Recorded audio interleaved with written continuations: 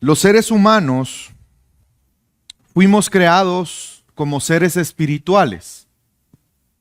¿Qué implica que somos seres espirituales? Bueno, esto implica que una vez somos creados, no dejaremos de existir. Y por eso es que los hombres, los seres humanos, al ser seres espirituales, la muerte es un tema traumático para nosotros. La Biblia dice que Dios puso eternidad en el corazón de los hombres. Cuando hablamos de verdades absolutas, por ejemplo, a mí me gusta mucho utilizar el ejemplo de la muerte. Aquellos que dicen, no, es que no hay verdades absolutas. Las verdades son relativas. Me gusta poner el ejemplo de la muerte. Porque ¿habrá alguien que pueda escapar de la muerte? Una verdad absoluta es que todos los hombres morirán, tarde o temprano.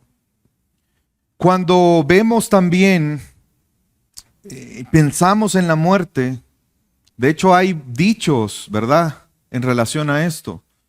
Todo en esta vida tiene solución, menos la muerte. Hermanos, todos nosotros en algún momento hemos tenido temor relacionado a la muerte. Quizás tú no has tenido temor a la muerte en sí misma, pero más de alguna vez seguramente has tenido temor en relación a la muerte, quizás de un ser querido. Has tenido temor en relación a la muerte de un familiar, o pensar en los familiares cuando tú ya no estés. En el caso de los padres, más de alguna vez hemos pensado, ¿y qué pasa si me pasa algo y dejo huérfano a mis hijos? Pero aun cuando la muerte es algo que todos enfrentaremos y que es algo que ninguno de nosotros puede controlar porque nadie sabe su día en que va a morir, sí hay alguien que reina sobre la muerte. Y ese es Dios. Dios es el Señor sobre la muerte. Recuerde que la muerte es una consecuencia de un juicio. La muerte vino a causa del pecado. Pero Dios está por encima de la muerte. Él gobierna sobre la muerte. Y en esta mañana, hermanos, vamos a ver en el texto de esta mañana en Éxodo cómo Dios está advirtiendo acerca de un juicio que Él traerá, con el cual Él liberará a su pueblo de forma definitiva de la esclavitud de Egipto, y está precisamente relacionado con la muerte. Pero no solamente veremos eso, sino como Dios demuestra que Él es Señor sobre la muerte. El título del sermón de esta mañana es Densa tiniebla sobre Egipto por 3 días. Y yo espero que esta mañana cada uno de nosotros, por medio de su palabra, seamos convencidos a vivir sin temor a la muerte y en la esperanza de vida que tenemos en Cristo Jesús. Que cada uno de nosotros pueda tener la convicción esta mañana por medio de la palabra de Dios a vivir sin temor a la muerte y en la esperanza de vida en Cristo Jesús. Sé que tenemos algunos invitados en esta mañana y quiero poner rápidamente un contexto.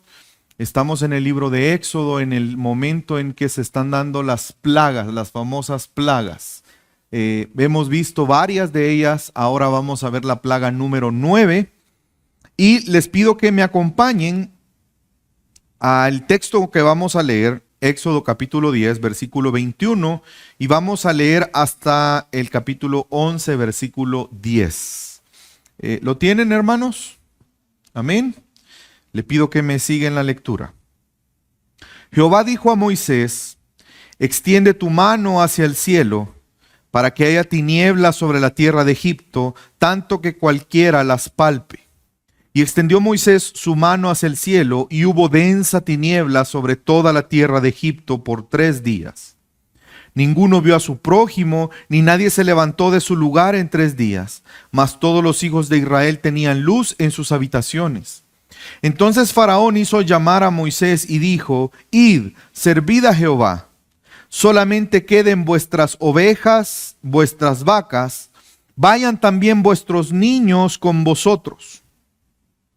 Y Moisés respondió, tú también nos darás sacrificios y holocaustos que sacrifiquemos para Jehová nuestro Dios. Nuestros ganados irán también con nosotros. No quedará ni una pezuña, porque de ellos hemos de tomar para servir a Jehová nuestro Dios, y no sabemos con qué hemos de servir a Jehová hasta que lleguemos allá. Pero Jehová endureció el corazón de Faraón y no quiso dejarlos ir. Y le dijo Faraón: retírate de mí, guárdate que no veas más mi rostro, porque en cualquier día que vieres mi rostro morirás. Y Moisés respondió: bien has dicho, no veré más tu rostro.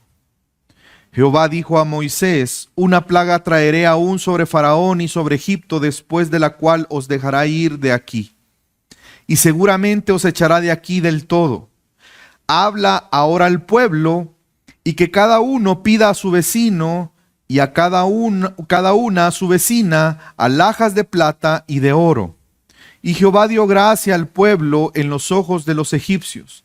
También Moisés era tenido por gran varón en la tierra de Egipto, a los ojos de los siervos de Faraón y a los ojos del pueblo. Dijo pues Moisés: Jehová ha dicho así: a medianoche yo saldré por medio de Egipto, y morirá todo primogénito en tierra de Egipto, desde el primogénito de Faraón que se sienta en su trono, hasta el primogénito de la sierva que está tras el molino, y todo primogénito de las bestias. Y habrá gran clamor por toda la tierra de Egipto, la cual nunca hubo ni jamás habrá. Pero contra todos los hijos de Israel, desde el hombre hasta la bestia, ni un perro moverá su lengua, para que sepáis que Jehová hace diferencia entre los egipcios y los israelitas. Y descenderán a mí todos estos tus siervos, e inclinados delante de mí dirán: vete tú y todo el pueblo que está debajo de ti, y después de esto yo saldré. Y salió muy enojado de la presencia de Faraón, y Jehová dijo a Moisés: Faraón no os oirá, para que mis maravillas se multipliquen en la tierra de Egipto. Y Moisés y Aarón hicieron todos estos prodigios delante de Faraón, pues Jehová había endurecido el corazón de Faraón y no envió a los hijos de Israel fuera de su país. Hermanos, esta narrativa de esta señal, podremos ver en ella la convicción que debemos de tener como hijos de Dios, de vivir sin temor a la muerte y disfrutando de la esperanza que tenemos en Cristo Jesús de vida. Es decir, yo espero que cada uno de nosotros hoy pueda salir con la certeza y la convicción de vivir sin temor a la muerte y en la esperanza de vida que tenemos en Cristo Jesús. Y el primer punto en esta mañana es: Dios es Señor sobre la muerte y por eso debe de ser adorado. Varias razones en las que podemos encontrar que esta novena plaga es diferente a las demás. Una de ellas es que la actividad es exclusivamente de Dios. Vemos que no habrá ninguna intervención de Moisés ni de Aarón, porque esta plaga en realidad es un anuncio de la plaga que viene.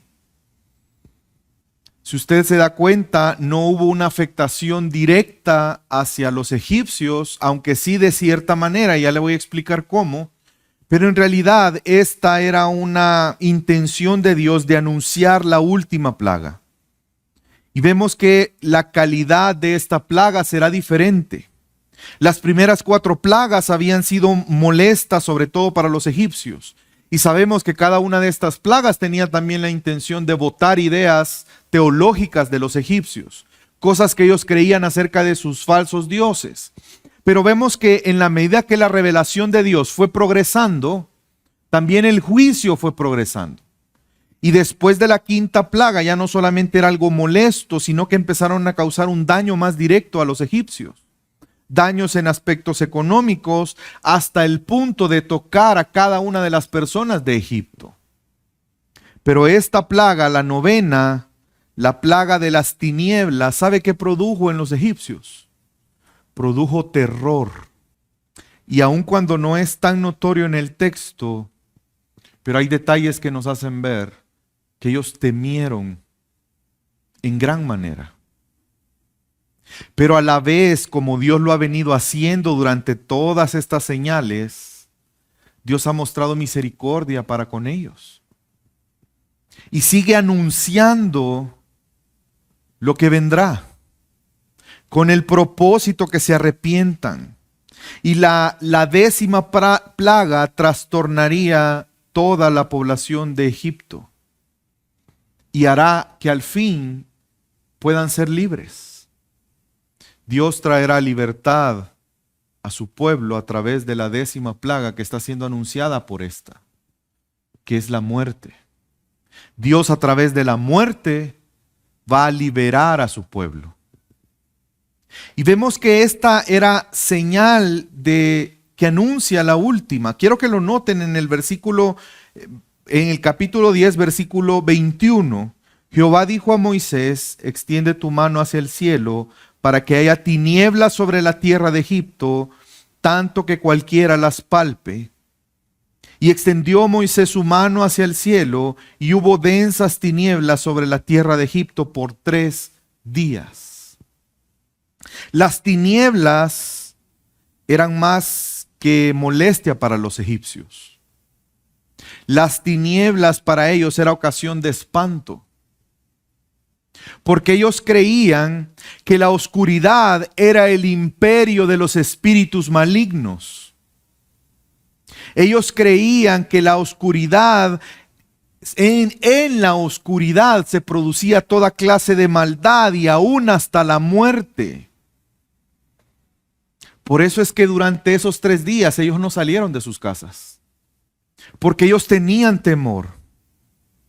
Pero también Dios está atacando una vez más esas ideas equivocadas de los falsos dioses. Dios sigue derrumbando parte de la mitología que ellos creían en relación a sus falsos dioses.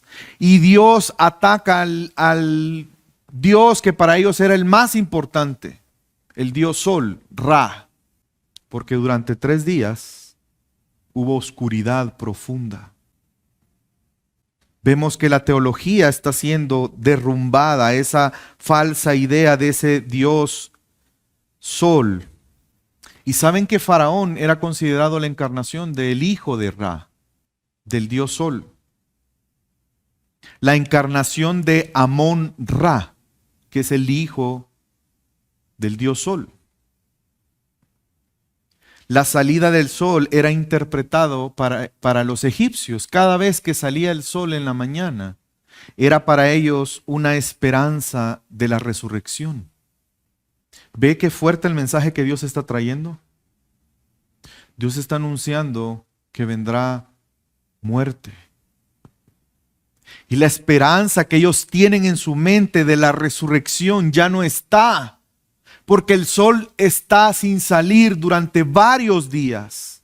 Y hay una profunda oscuridad en la cual ellos entienden que es un lugar, la oscuridad, donde se produce la maldad al punto que inclusive la muerte está ahí. Por eso ellos no salen durante esos 3 días. Pero la intención de Dios no era solamente asustarlos. Es que se arrepintieran. Que reconocieran que Él es el Señor, que Él es el verdadero Dios, que ellos reconocieran que si hay una esperanza de vida es únicamente en Dios. ¿Por qué? Porque Dios es Señor sobre la muerte. Que ellos entendieran que la luz de vida está solamente en Dios. Y usted se imagina ese contraste de la ciudad de Egipto en profunda oscuridad. Pero en la casa de los israelitas había luz. ¿Ven qué fuerte el mensaje para ellos? Y vemos la progresión de la respuesta de Faraón como lo hemos venido viendo. Ha habido en las plagas una progresión de Dios revelándose, Él mostrando quién es Él y destruyendo las ideas falsas de los falsos dioses de los egipcios. Pero esa revelación progresiva también ha traído un juicio progresivo. Pero también ha tenido un efecto en la respuesta a Faraón. Si ustedes recordarán, en plagas anteriores, Faraón ya reconoció que él es pecador y que Dios es justo. también ya reconoció que Faraón no solamente ha pecado en contra de Dios, sino ha pecado en contra del pueblo de Dios. Pero vemos una nueva respuesta ante esto. Y de alguna manera Faraón ha estado como negociando. Vaya, sí, te voy a dejar ir, pero que solo vayan los hombres. ¿Se recuerda? Cuando la adoración a Dios era en familia. Y una vez más, cede un poco, pero pone un pero ahí, como que quiere seguir negociando. Y lo vemos en el versículo 24. Ante el temor de esta plaga, la respuesta de Faraón fue la siguiente: ir y servid a Jehová. Vayan pues, está bien. Solamente que vuestras ovejas y vuestras vacas se queden. Llévense a los niños, está bien. En la mente de Faraón era: ya cedí demasiado. Aunque sea concédanme esto, ¿y qué les cuesta dejarme las vaquitas y los? Váyanse en familia, pues. Si no van a actuar de mala fe y van a volver, pues déjenme esto aquí como prenda y vayan. Adoren a Dios y vuelvan. ¿Había sido claro el mensaje o no? El mensaje de Dios había sido claro. El Señor de Israel era Dios. ¿Ese pueblo le pertenece a Faraón o a Dios? Pero Faraón insiste en hacer ver que el pueblo le pertenece a él. Es como que me están quitando lo que es mío. Y eso nos hace ver que él sigue sin reconocer que Dios es el Señor. Y Moisés respondió, miren la respuesta: tú también nos darás sacrificio y holocausto que sacrifiquemos para Jehová nuestro Dios. Un poco sarcástica. Es que, Faraón, no solamente no te vamos a dejar las cosas, tú nos vas a dar. Nuestros ganados irán también con nosotros, no quedará ni una pezuña. La pregunta es ¿por qué? Porque los propósitos de Dios no se pueden cumplir a medias, hermanos. O se cumplen o no se cumplen. O adoramos a Dios como Él quiere ser adorado, o no lo adoramos. ¿Y cuál era el propósito de Dios de sacar al pueblo de Egipto? ¿No era acaso que le adoraran a Él? ¿Que le sirvieran a Él? Y eso implicaba el sacrificio de adoración a Él. Y por eso para Moisés esto no es negociable. Porque ¿de qué serviría que el pueblo salga de Egipto si no va a cumplir el propósito de Dios para salir de Egipto? Y le dice: porque de ellos hemos de tomar para servir a Jehová nuestro Dios, y no sabemos que hemos de servir a Jehová hasta que lleguemos ahí. No tenía sentido que salieran si no cumplían el propósito de adorar al Señor. Los animales formaban parte importante de la adoración. Y vemos entonces que la necedad de Faraón también progresa.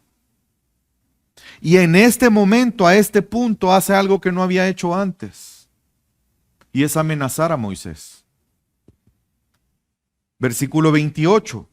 Y le dijo Faraón: retírate de mí, guárdate que no veas más mi rostro, porque en cualquier día que vieres mi rostro, morirás.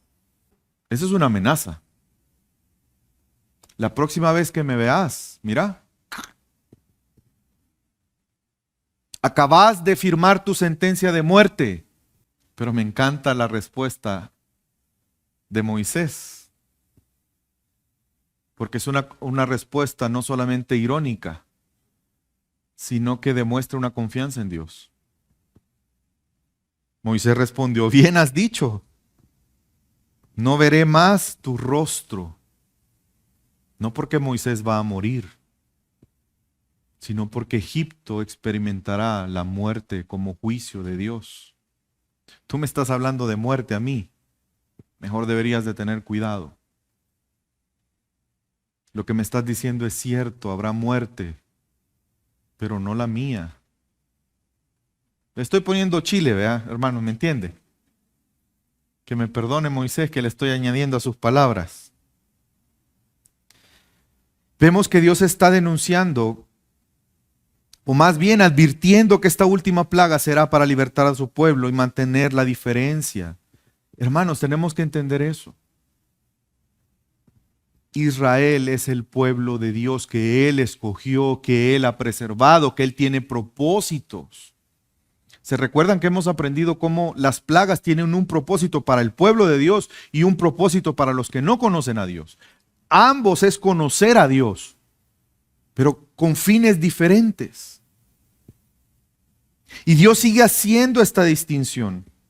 Quiero que vayamos ahora al capítulo 11 y Dios está hablando con Moisés, o a través de Moisés más bien, y quiero que veamos el versículo 4 del capítulo 11. Dijo pues Moisés: Jehová ha dicho así, a la medianoche yo saldré por en medio de Egipto, es decir, Dios, y morirá todo primogénito en tierra de Egipto, desde el primogénito de Faraón, que se sienta en su trono, hasta el primogénito de la sierva que está tras el molino, todo primogénito de las bestias. Y habrá gran clamor por toda la tierra de Egipto, cual nunca hubo ni jamás habrá.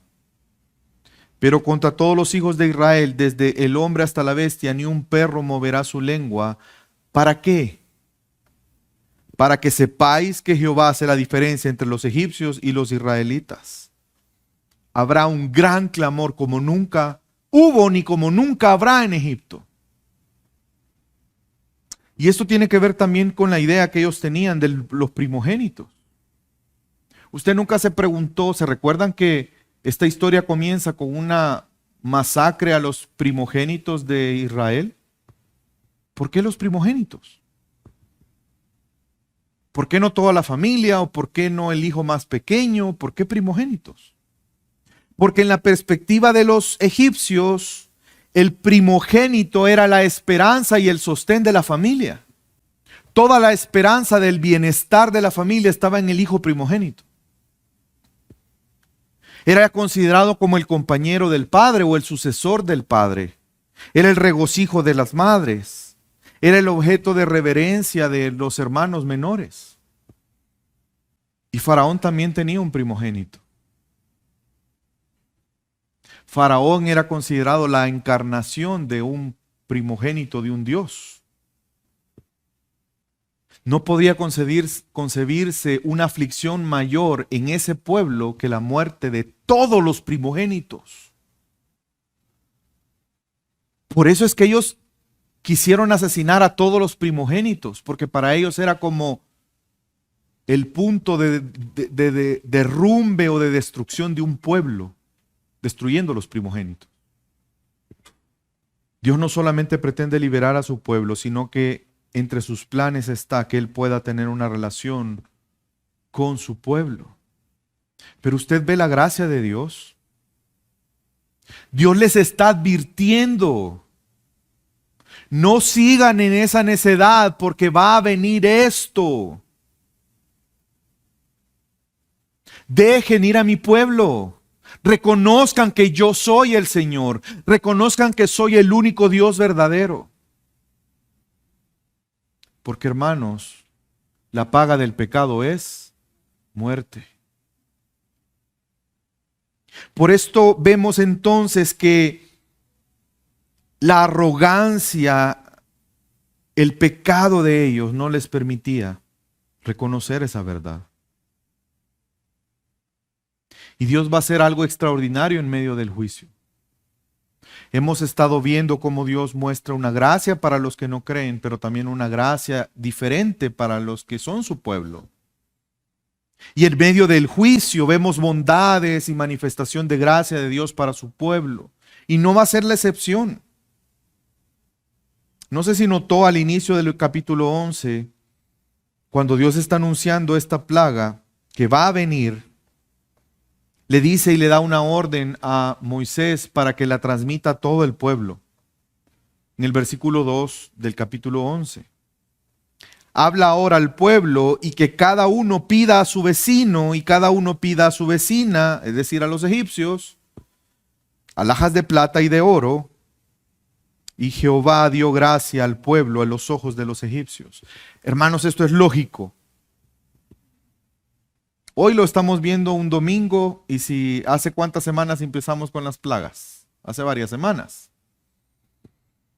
Quizás para nosotros es más fácil olvidar cada una de las plagas porque no las sufrimos. Pero ¿ustedes creen que los egipcios olvidarían lo que están sufriendo? Y que vengan los de ese pueblo, vecina, y aquí no le va a pedir una tacita de azúcar. No me pasa las joyas. Pero Dios puso gracia. Dios hizo algo que no es lógico. ¿O es lógico, hermanos? Porque Dios está proveyendo a su pueblo para sus propósitos. ¿Para qué va a salir el pueblo? A adorarle. Dios no sacaría a su pueblo con las manos vacías, sino que le daría todo lo necesario para que se cumpla los propósitos en su relación con su pueblo. Dios le está dando todo lo que ellos necesitan para vivir una vida de adoración a Dios. Y esto es algo que no debería de asombrarnos, inclusive ni a ellos, porque es algo que Dios prometió más de 400 años atrás. ¿Se recuerdan que Dios cuando llamó a Abraham, Dios le dijo que su descendencia iba a estar como esclavos en una tierra por 400 años? Acompáñenme y quiero que lo recordemos en Génesis, capítulo 15, versículo 13. Entonces Jehová dijo a Abraham: ten por cierto que tu descendencia morará en tierra ajena y será esclava ahí y será oprimida por 400 años. Mas también a la nación a la cual servirán yo juzgaré yo. Y después de esto saldrán con gran riqueza. ¿Ven la fidelidad de Dios a sus propósitos y a su palabra? Dios es fiel a su palabra y a sus propósitos, hermanos. La pregunta del millón que podríamos hacernos es, pues eso me parece un poco vanidoso, porque ustedes se imaginan, van para el desierto. ¿Y para qué necesitan joyas en el desierto? ¿Qué van a armar una pasarela o qué? Es que Dios les está proveyendo para la adoración, aunque en este momento ellos no lo saben. Piense un poco más adelante, nosotros conocemos la historia y si no conoce la historia, pues yo le paso el dato. ¿En qué van a ocupar ese oro y esa plata después? En el tabernáculo, en el lugar donde el pueblo de Dios tiene un encuentro con Dios para adorar a Dios. ¿Ven cómo Dios cumple sus propósitos? Hermanos, Dios provee todo lo necesario para la adoración de su pueblo después de liberarlo. Y esa es una verdad para nosotros hoy. Si Dios nos ha liberado de la esclavitud del pecado, Él nos ha dado todo lo necesario para que podamos adorarle y tener una comunión con Él. Y eso me lleva al segundo punto en esta mañana. En Cristo, Dios nos ha liberado de la muerte. Las tinieblas, que era un anuncio de la escena de muerte que se acerca. ¿Saben que esa idea de, o más bien las tinieblas como tal, los egipcios lo entendieron como le expliqué? Pero bíblicamente las tinieblas también tienen un entendimiento.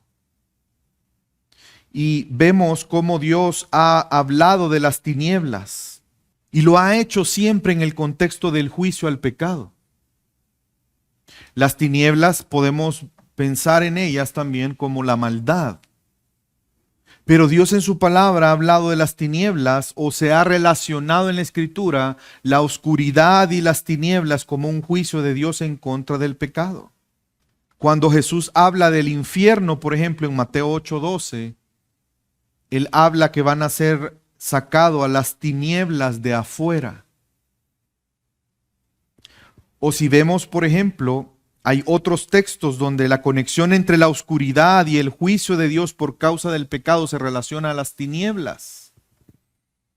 Recuerde que la muerte es solo la consecuencia de una causa. Y la causa es el pecado. ¿Por qué los seres humanos morimos? Por el pecado. Entonces las tinieblas tienen que ver con eso. El pecado trae la muerte. Y por ejemplo la Biblia, cuando habla del día del Señor, el día del juicio y el castigo para el mundo incrédulo, por ejemplo en el profeta Amós, Dios a través del profeta Amós dice lo siguiente en Amós capítulo 5 versículo 18 al 20: ay de los que ansían el día del Señor. ¿De qué les servirá el día del Señor? ¿No será tinieblas el día del Señor y no luz, oscuridad y no resplandor? ¿Por qué? Porque el juez justo juzgará el pecado. Y para los pecadores será un día de oscuridad y no de luz. El trono de Dios puede ser un trono de juicio o puede ser un trono de gracia. Porque Dios por medio de la muerte juzga el pecado. Cuando Dios le dijo a Adán, si comes de este árbol, ciertamente morirás. Porque la paga del pecado es muerte. Pero qué interesante es que Dios juzga el pecado a través de la muerte. Pero Dios también libera a su pueblo a través de la muerte. La libertad viene a través del juicio de Dios al pecado por la muerte. Por eso es que más que temer a la muerte en sí mismo, debemos de temer a aquel que es Señor de la muerte. Lo que el ser humano no entiende es que el temor a la muerte en realidad pasa a un segundo plano cuando entendemos quién es el Señor de la muerte. Y Jesús lo enseñó esto. Jesús se los dijo a sus discípulos. Y lo vemos en Lucas capítulo 12, versículo 4 al 6. Y yo os digo, estas palabras son de Jesús: amigos míos, no temáis a los que matan el cuerpo y después de esto no tienen nada más que puedan hacer. Pero yo os mostraré a quién debéis de temer. Temed al que después de matar tiene poder para arrojar al infierno. Sí os digo, a este temed. Los egipcios no entendían esto. Los egipcios no entendían el temor que debían de tener a Dios. Porque si lo hubieran entendido, no estuviera Faraón en ese juego de decir, no, es que voy a ceder, pero aquí va a seguirse haciendo lo que yo quiero. Voy a ceder un poquito, pero no del todo, porque yo también mando. Como lo estamos viendo en Egipto, Dios está castigando el pecado de Faraón y de los egipcios. El castigo por el pecado no solo es la muerte física. Todos nosotros, nuestro cuerpo se degrada. ¿Saben por qué? Por el pecado. Y si hay seres humanos que le temen a la muerte física, deberían temer más por la muerte eterna. Estar separados eternamente de Dios por el pecado, esa es la muerte eterna. Hermanos, la muerte es separación. Y eso es lo peor que un ser humano puede experimentar. La muerte eterna. Estar separados del Creador. No cumplir el propósito. Tener una separación por el pecado que hay. Y recibir el juicio de Dios. El justo juicio de Dios. Si tu fe no está en Cristo y has pecado en tu vida, un día enfrentarás al juez justo. Y tú puedes enfrentarte a Él para vida eterna o para muerte eterna. Si tú te presentas con tus buenas obras, si tú te presentas con tu religión, si tú te presentas con tu concepto de bondad propio, déjame decirte que eso no te va a alcanzar. Por cuanto todos pecaron, todos están destituidos de la gloria de Dios. Y la paga del pecado es muerte. Pero la dádiva de Dios es vida eterna en Cristo Jesús. Si tu fe no ha estado en Cristo, quiero decirte, y si tú has experimentado temor a la muerte, si tú tienes dudas, hoy es un día de buenas noticias para ti. Porque si tú crees en Cristo Jesús, aquel que es Señor sobre la muerte, tú puedes disfrutar de su victoria. Y tú puedes recibir vida eterna. Tú puedes vivir en este mundo sabiendo que aunque un día morirás físicamente, el que cree en Él, aun cuando muere físicamente, ciertamente vivirá. Porque Él es el Señor de la vida. Él es el Señor de la muerte. Solo Cristo puede tú puedes tener esperanza de no sufrir una muerte eterna. Pero es necesario que te arrepientas de tus pecados. Que reconozcas a Jesús como el Señor sobre la muerte. Que reconozcas que solamente en Él puedes encontrar salvación, que solamente en Él puedes reconciliarte con Dios, porque tú estás enemistado con Dios por tu pecado. Lo que muestra esta verdad es que la fe en Cristo, los que estamos en la fe en Cristo, no sufriremos la muerte como juicio por el pecado, sino que nuestros pecados han sido perdonados y hemos pasado de muerte a vida en Cristo Jesús. Y por eso, hermanos, Él es digno de toda adoración.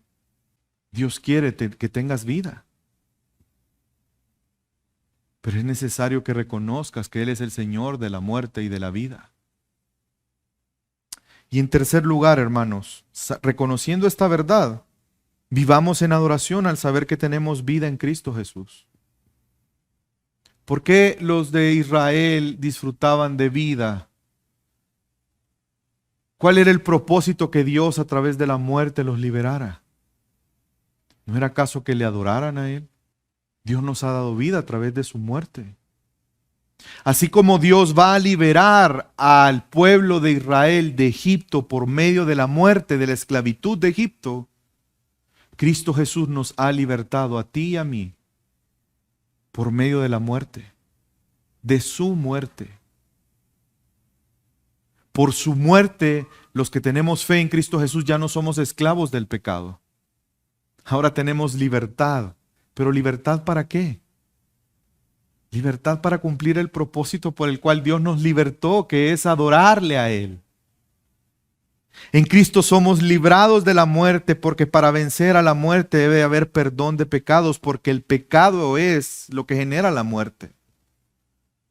¿Por qué tú y yo podemos disfrutar de vida eterna? Porque nuestros pecados han sido perdonados, porque la paga del pecado es muerte. Los cristianos no tememos a la muerte. Los hijos de Dios por medio de Cristo ya no enfrentamos un juicio de condenación por nuestros pecados como lo hacen los egipcios. Y por eso es que ya no tememos a la muerte. Por eso es que aunque sabemos que moriremos físicamente, pero disfrutamos de vida eterna en Cristo Jesús. Tenemos esperanza de vida. Tenemos una esperanza de resurrección. No como los egipcios, que ellos pensaban que el Dios Sol cada mañana les recordaba al salir que tenían resurrección, oportunidad de resurrección en Él. Pero Dios les dijo, no es cierto. Y quieren que vean que no es cierto. Voy a esconder a su Dios durante 3 días. A Dios esperanza de resurrección. Pero en el Dios verdadero, el Señor de la vida y la muerte, tú y yo tenemos esperanza de resurrección. Los hijos de Dios por medio de Cristo ya no enfrentamos a la muerte con temor. Podemos y sabemos que somos libres del juicio y de la muerte para adorar a Dios. Y Pablo enseñó esto a la iglesia de Corinto. En 1 Corintios capítulo 15, versículos 55 al 58 dice, y cuanto esto corruptible se haya vestido de incorrupción, y esto mortal se haya vestido de inmortalidad, entonces se cumplirá la palabra que está escrita. Fíjense, aquí está Pablo diciendo, un día Lo corrupto y lo mortal va a dejar de estar y va a ser sustituido por lo incorrupto y lo inmortal. Nuestro cuerpo corrupto va a ser sustituido por un cuerpo glorificado. Para que se cumpla lo que la palabra dice al respecto. Sórbida es la muerte en victoria. ¿Dónde está, oh muerte, tu aguijón? ¿Dónde, oh sepulcro, tu victoria? Ya que el aguijón de la muerte es el pecado y el poder del pecado la ley, mas gracias sean dadas a Dios, que nos da la victoria por medio de nuestro Señor Jesucristo. Cristo venció a la muerte. Y por la fe en Cristo, tú y yo podemos disfrutar de esa victoria. Y por eso ya no tenemos a la muerte. En Cristo tenemos vida eterna, comunión con Dios, disfrutamos de ella. No vivimos con temor a la muerte, pues tenemos esperanza de vida. A diferencia de los egipcios, nosotros tenemos una verdadera esperanza de resurrección. Él nos libró de la esclavitud del pecado y nos libró del juicio por medio de Cristo en la cruz, pagando por nuestros pecados, para que tú y yo podamos tener vida. Entonces, hermano, Jesús se merece que le adoremos, porque Él es el único dador de vida. Y ese es el propósito de nuestra adoración. Vivamos hoy firmemente y constantemente en adoración a Dios, porque por eso nos ha dado vida. Por eso nos sacó de la esclavitud del pecado. Por eso es que ya venció a la muerte, para que tú y yo hoy podamos cumplir el propósito de adorarle a Él. Mientras caminamos en el desierto de este mundo, Dios nos ha dado todo lo necesario para que le adoremos a Él.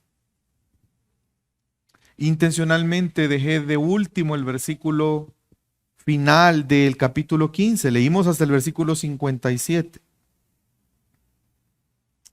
Y dice el versículo 58. Reconociendo que tenemos victoria sobre la muerte por Cristo Jesús. ¿Cómo empieza el versículo 58? Así que, ¿qué significa eso? Sabiendo esa verdad tiene una consecuencia para nosotros hoy. ¿Cuál es esa consecuencia? Así que, hermanos míos amados, estad firmes y constantes, creciendo en la obra del Señor, siempre sabiendo que vuestro trabajo en el Señor no es en vano. Hermanos, estemos firmes en nuestra fe, porque nuestra fe está en el Señor de la vida y de la muerte. No hay enemigo que pueda resistir a nuestro Dios. No hay nadie más grande que nuestro Dios. Y Él nos ha llamado, Él nos ha salvado, Él nos cuida, Él nos lleva de su mano hasta la eternidad. Por lo tanto, estemos firmes en nuestra fe, en nuestra vida de adoración, pero también, hermanos, trabajando para el Señor. Conoce al Señor, teme al Señor. Yo doy gracias al Señor por lo que estamos aprendiendo. Porque el libro de Éxodo es un libro tan especial precisamente por eso. Porque la intención es que su pueblo conozca a Dios y que se relacione con Dios de una forma correcta. Crezcamos en el conocimiento de nuestro Señor a través de la palabra de Dios. Pero, hermanos, también requiere obediencia. Si tú reconoces a Jesús no solamente como tu Salvador, sino como el Señor de la vida y la muerte, vive en sometimiento a Él. Vive en obediencia. Crezcamos en el conocimiento de Dios. Saben que el crecer es madurez. Pero, hermanos, la madurez no se demuestra en cuántos años llevas congregándote los domingos. Eso no es madurez. ¿Cuántos años tú llevas en el cristianismo? Eso no es igual a madurez.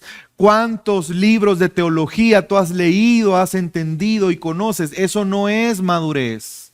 ¿Cuántas clases tú has dado? ¿A cuántas personas has aconsejado? Eso no necesariamente es madurez. en cuántos ministerios has estado, cuántos años llevas sirviendo. Eso no necesariamente es madurez. ¿Saben cómo se demuestra la madurez? Se demuestra en qué tanto una persona vive sometido a la palabra de Dios. Porque tú puedes pretender adorar a Dios, pero si no lo haces sometiéndose a tu palabra, a su palabra, es como Faraón. Vaya pues, salgan, vayan a adorar, pero no se pueden llevar lo que van a usar para adorar. Tenemos que someternos a la palabra de Dios. ¿Saben qué implica madurez? Cuando nuestro conocimiento de Dios nos hace entender que Él está por encima de todo. Por encima de mis propios intereses, por encima de mis propios deseos. ¿Por qué? Porque Él es el Señor y es el Señor de mi vida. Cuando nos esforzamos en vivir para sus propósitos y no para los míos. Cuando no tenemos ni siquiera la base de nuestra vida, nuestros sentimientos y nuestras emociones. Porque no olvidemos que hay pecado todavía en nosotros. Y tus emociones y tus sentimientos, si están gobernando tu vida, eso no es madurez.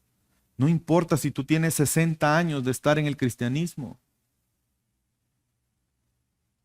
Porque nuestros deseos y nuestras emociones son reales, hermanos. Pero el hecho que sean reales no significa que son verdaderas. Porque muchas veces tus emociones, tus sentimientos son contrarios a la verdad de Dios y son reales al punto que te engañan. Por eso necesitamos conocer a Dios. Por eso necesitamos crecer en el conocimiento de Dios por medio de su palabra. Pero no solamente eso. Vivir conforme a Dios y su palabra. Trabajemos para servir al Señor.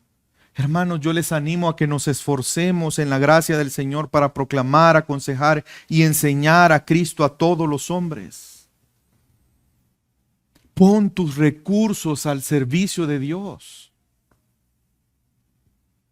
Porque todo lo que Él te ha provisto, si Él te sacó de la esclavitud del pecado, es para que le adores.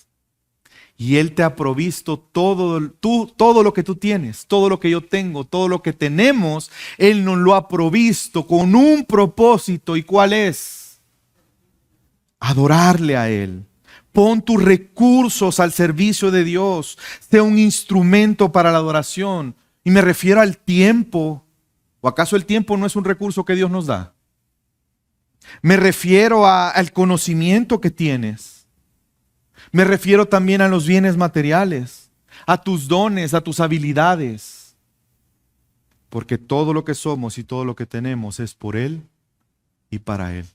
Porque Él es el único digno de toda gloria, honra y honor. Por tanto, hermanos, vivamos sin temor a la muerte y en la esperanza de vida que tenemos en Cristo Jesús, nuestro Señor. Vamos a orar.